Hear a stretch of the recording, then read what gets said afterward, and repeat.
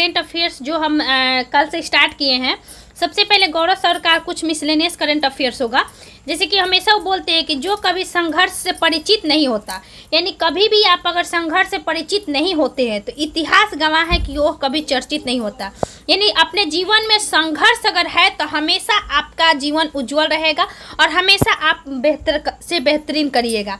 पहला क्वेश्चन है दोस्तों कि पहली बार निजी स्पेस वॉक के लिए पोलरिस डॉन मिशन किसने लॉन्च किया है? तो देखिए यह जो है दोस्तों निजी स्पेस वॉक के लिए, तो इसके लिए जो लॉन्च किया दोस्तों स्पेस वॉक, स्पेस एक्स मतलब इससे आप क्वेश्चन से ही ध्यान दीजिएगा कि निजी स्पेस वॉक यानी स्पेस पे वॉक करने के लिए लगभग इसका नाम है पोलरिस डॉन मिशन। ठीक है, यह कैनेडी रॉकेट सेंटर से जो कि यूएसए में है छोड़ा गया फाल्कन ए रॉकेट से, और इसाक मैन इसका नेतृत्व करता थे दोस्तों, और इसमें 4 यात्री है। तो पूछे कि पहली बार निजी स्पेस वॉक के लिए किसके द्वारा लॉन्च किया गया है जो कि पोलरिस डॉन मिशन है, तो वह स्पेस एक्स के द्वारा।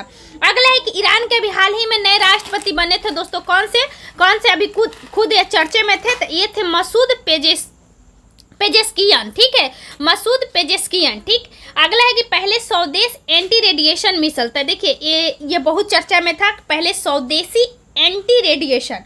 ठीक है, यह रुद्रम प्रथम है। ठीक, ICAR ने भारतीय मसाला अनुसंधान संस्थान ने किसे स्पाइस अवार्ड 2024 से सम्मानित किया है दोस्तों? तो ये होगा स्वप्ना कालिंगन। कौन है? स्वप्ना कालिंगन।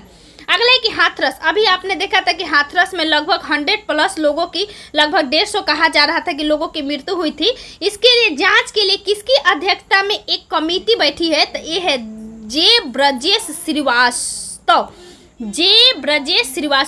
अगला है कि भारत सरकार को high altitude anti submarine warfare sonobuoy बेचने की घोषणा की है किसने? तो यूएसए। ठीक है, यानी आप समझ रहे हैं यह एंटी सबमरीन का मतलब कि जो हमारे समुद्र में जो चलती है हमारा पनडुब्बी, उसमें जो किसी प्रकार की अगर हलचल होती है तो उसके द्वारा जो एल्टीट्यूड एंटी सबमरीन वारफेयर सोनो वाई है, यानी सोनो लगभग हम लोग पढ़ते हैं ना कि सोनो में किसके लिए यूज होता है, तो दोस्तों यह पानी में होती है, राडार और सोनार।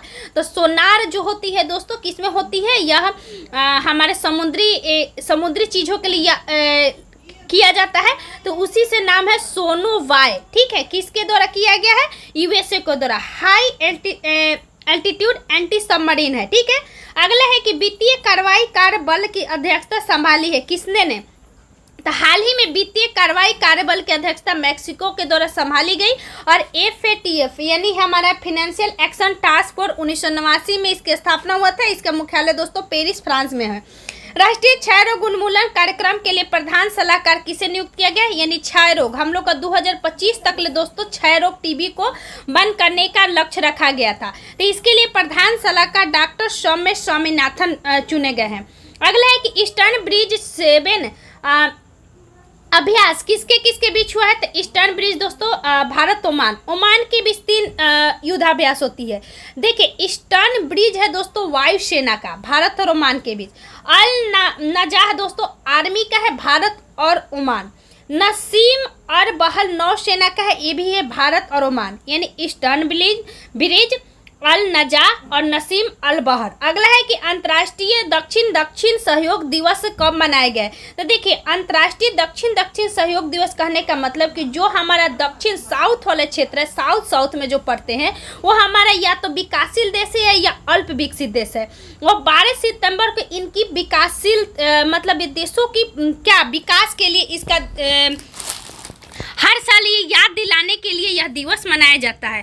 अगला है दोस्तों कि विंबलडन पुरुष एकल खिताब किसने जीता है 2024 में? पुरुष में तो कार्लोस अल्कराज जो कि स्पेन के हैं, कार्लोस अल्कराज। अगला US ओपन भी हुआ था दोस्तों, तो जेनिक सिंगर जो कि इटली के हैं, और आर्यन सबलेंका बेलारूस की है। ठीक है, महिला में तो US ओपन आर्यन सबलेंका, और पुरुष में जेनिक सिंगर जो कि इटली के पहले खिलाड़ी बने थे। ठीक है, अगला है कि कोपा अमेरिका चैंपियनशिप 2024 के खिताब किसने जीता था? अर्जेंटीना ने। हमारा संविधान हमारा सम्मान का दूसरा क्षेत्रीय आयोजन कहाँ हुआ है? तो देखिए, हमारा संविधान हमारा सम्मान, पहला बीकानेर में और दूसरा दोस्तों प्रयागराज में। अगला एक राष्ट्रपति भवन के प्रतिष्ठित दरबार हॉल का नया नाम क्या रखा गया है? तो गणतंत्र मंडल। ठीक है, क्या रखा गया? गणतंत्र मंडल। सांस्कृतिक श्रेणी में 33वां यूनेस्को विश्व धरोहर स्थल किसको बनाया गया है? तो मोइदम, जो कि असम में है। अगला है कि विश्व अंतरिक्ष पुरस्कार किसको दिया गया है? तो चंद्रयान 3 को। पूछा कि विश्व अंतरिक्ष पुरस्कार किसको दिया गया है? चंद्रयान 3 को। इनर लाइन परमिट, देखिए यह इनर लाइन परमिट इसलिए फेमस था कि जो हम लोग पूर्वोत्तर का राज 8 देखते हैं, तो लगभग इस क्षेत्र में, जैसे कि पूर्वोत्तर का ऐसे सीमाएं हमारी है दोस्तों, मैप में जब हमारे पूर्वोत्तर का ऐसे जाती है, ऐसे करते करते यहाँ पे अरुणाचल प्रदेश, उसके बाद में हमारा होता है नागालैंड, तब मणिपुर, तब मेघालय। तो इस क्षेत्र से जब आप किसी भी क्षेत्र में किसी प्रकार जाने आने, क्योंकि इस क्षेत्र में जो होती है ना, वह आदिवासी निवास करती है, तो आदिवासी अपने ही वेशभूषा को, अपने ही जो भी संस्कृति है उसको, अगर उसमें कोई हस्तक्षेप करता है तो उसके लिए वो लोग बहुत ज़्यादा बगावत करते हैं। ठीक है, तो उसी के लिए एक इनर लाइन परमिट होता है। तो इनर लाइन परमिट यही 4 राज्यों में लिया जाता है। तो यह अभी हाल ही में कहाँ कहाँ पे हुआ है? तो चुमैकदीमा, न्यूलैंड एवं दीमापुर, जो कि यह लागू हुआ है यानी इनर लाइन परमिट कहाँ पे? नागालैंड में। तो पूछे गए इनर लाइन परमिट हाल ही में चर्चा में किस राज्य में था? तो नागालैंड में। देश का पहला भूमिगत संग्रहालय का उद्घाटन कहाँ हुआ? दिल्ली में हुमायूं के मकबरा में। विश्व शांति बुद्ध विहार का उद्घाटन कहाँ हुआ था दोस्तों? तो महाराष्ट्र में, जो कि राष्ट्रपति द्रौपदी मुर्मू जी के द्वारा किया गया था। यूपीएस लागू करने वाले यानी यूनिफाइड जो पेंशन सिस्टम था, इसको लागू करने वाला पहला महाराष्ट्र बन गया है। ठीक है, संसदीय राजभाषा समिति के अध्यक्ष कौन बने हैं दोस्तों? तो अमित शाह। वित्त सचिव अभी हाल ही में नए बन गए हैं, तो तुहिन कांत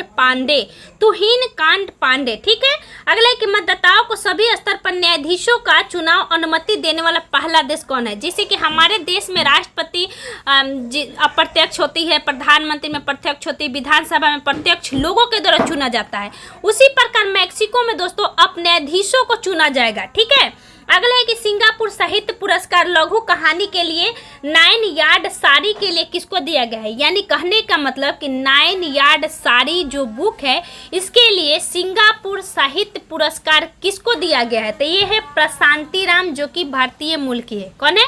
प्रशांति राम।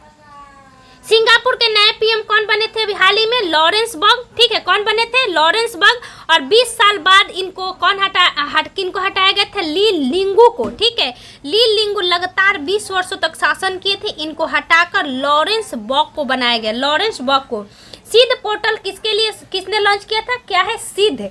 तो कौशल विकास, यानी कौशल के क्षेत्र में आप अपने आप को सिद्ध कीजिए। ठीक है, US news and world report में दुनिया का सबसे अच्छा देश कौन है? तो स्विट्जरलैंड। ठीक है, स्विट्जरलैंड। भारत का भी 30 से पार हो गया है, 30वें।